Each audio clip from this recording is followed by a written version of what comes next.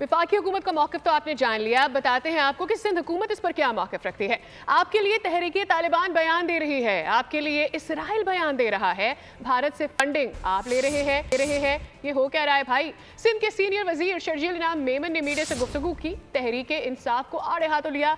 कहा ये कौन सी सियासी जमात है जिसके लिए तालिबान और इसराइल मैदान में उतर रहे हैं? भारत फंडिंग कर रहा है। अगर इस मुल्क का कानून इन बातों की इजाज़त नहीं देता तो फिर वो होना चाहिए जो कानून कहता है।